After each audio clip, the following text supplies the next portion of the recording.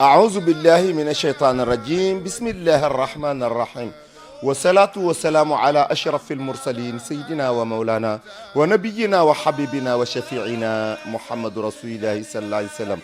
mbokku jullit yi mbokku taalibe yi soppe yi xarit yi ak am di jàmm yi xam ngeen ni ki ci kaddu gi mooy El Hadj Cheikh Ahmed Tidiane Ndiaye Nabien feeñ na moom Nabien Ndiaye fii ci Shabiba TV fas yéene fi taxaw émission bu mag bu ñuy wax kay tàggal ma nabi tàggal ma nabi di dalal mbooleem koy wax ashhadu an la ilaha illa allah wa ashhadu anna muhammadan rasulillahi sallallahu alayhi wa sallam tàggal ma nabi di am altine bu jot incha allahu bu 16h jotee maanaam 4h ci ngoon nga dugg ci sa YouTube tàppe Shabiba TV ànd ak El Hadj Cheikh Ahmed Tidiane Ndiaye Nabien fii ci Shabiba TV daal ku nu doon laaj rek na nga nu seenu altine bu jot bu 4h jotee nga ànd ak sa chaîne Shabiba TV